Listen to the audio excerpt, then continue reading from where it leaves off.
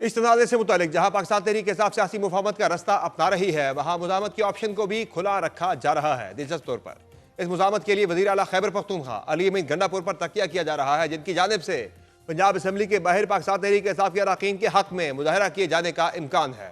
ज़राए के मुताबिक गुज़श्ता रोज़ पार्लिमानी पार्टी के इजलास में अली अमीन गंडापुर ने यह मुजाहरा करने का फैसला किया, जहां वो इमरान खान की रिहाई से मुताल्लिक तहरीक का ऐलान भी करेंगे। अहम बात यह है कि पाकिस्तान तहरीक इंसाफ खैबर पख्तूनख्वा के सदर जुनैद अकबर खान, आतिफ खान, शहराम खान तरकई और शेर अली अरबाब इस इजलास में शरीक नहीं थे। इन तमाम मामलों पर मजीद बात करेंगे। हमें ज्वाइन किया है पंजाब असम्बली में पाकिस्तान तहरीक इंसाफ के अपोजिशन लीडर मलिक अहमद खान बचर ने। बहुत शुक्रिया मलिक अहमद बचर साहब, आपने प्रोग्राम में ज्वाइन किया। ये बताएगा कि आज स्पीकर ने जो तलबी की थी टेने के तहत पाकिस्तान तहरीक इंसाफ के 26 अरकान असम्बली की, क्या बात हुई स्पीकर साहब से? खबरें तो ये आ रही हैं कि स्पीकर साहब फेस सेविंग देने पर राजी हो गए हैं, और साथ साथ जो है उन्होंने क्या ये भी बताया आपको और आपके बाकी एमपीएस को कि वो जस्ट उन्होंने आपको डराने के लिए ये कार्रवाई की थी, रेफरेंस को इन्होंने कोई जमा नहीं करवाया? ऐसा स्पीकर साहब ने हमें नोटिस किए थे, तो वहां पे उन्होंने ये कहा जी कि जो कमेटी है, एक एथिक्स कमेटी, अगर उसमें आप अपने मामलात हल कर ले, तो उसमें गवर्नमेंट पार्टी ने भी कहा, हमने भी ये बात की कि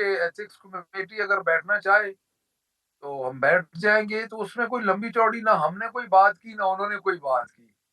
तो अब हम अपनी पार्लिमानी पार्टी में ये सारे फैसले करेंगे कि नेक्स्ट हमें क्या करना चाहिए।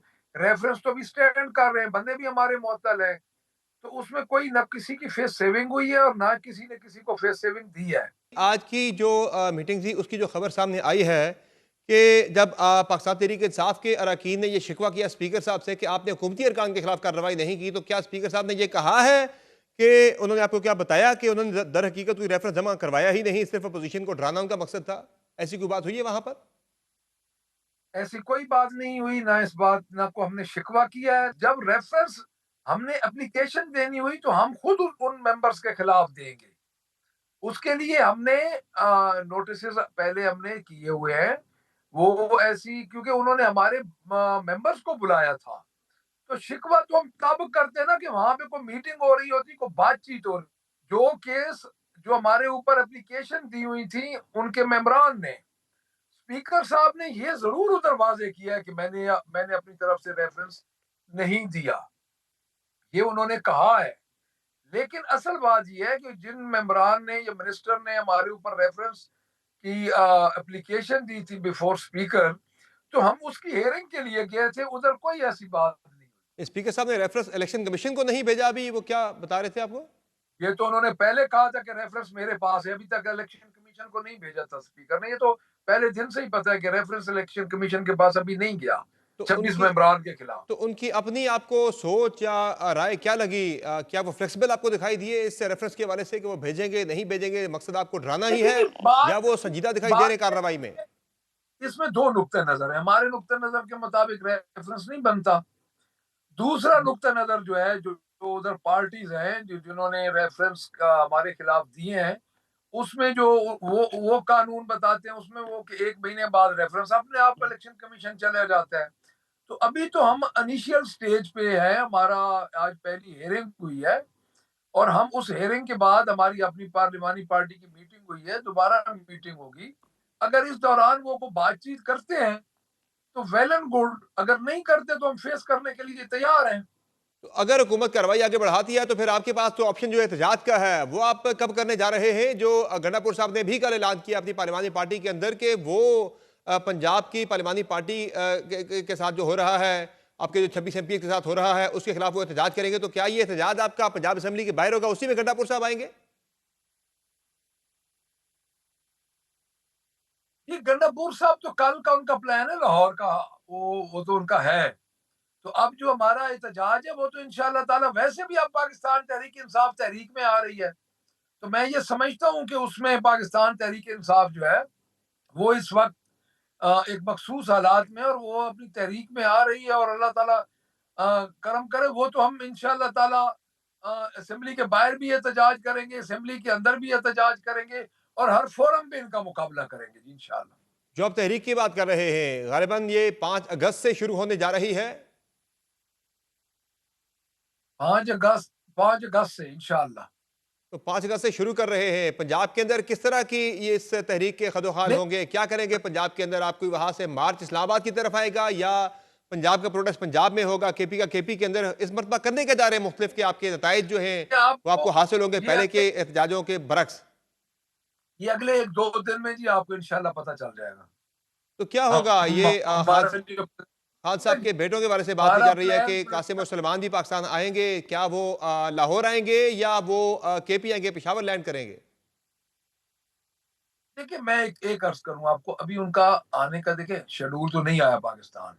अब उनके वालिद साहब पाकिस्तान है, अगर वो और जेल में है और बेसलेस मुकदमात में है, तो हम्म। अगर वो पाकिस्तान आएंगे तो पाकिस्तान में उनको कोई मना नहीं है।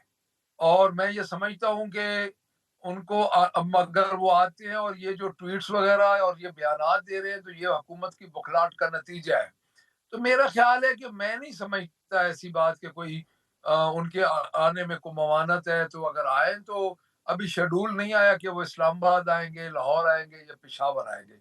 तो पार्टी उनके साथ खड़ी होगी जी इंशाल्लाह। तो पार्टी की क्या ख्वाहिश है कि वो एहतजाज में शरीक हों या सिर्फ वो खान साहब से मिलने के लिए आना चाह रहे हैं? है क्या मामला सारा? देखिए, पार्टी की ख्वाहिश की बात नहीं है। मैं आपको एक बात अर्ज कर दूं कि ये उनका अपना फैसला है। आएंगे तो पार्टी उनके साथ होगी, लेकिन पार्टी की हमारी जो है ये कोई ख्वाहिश नहीं है कि हम उनको जरूर लेके आए। लेकिन खान साहब के बेटे अगर वो आएंगे तो मोर देन वेलकम उनका।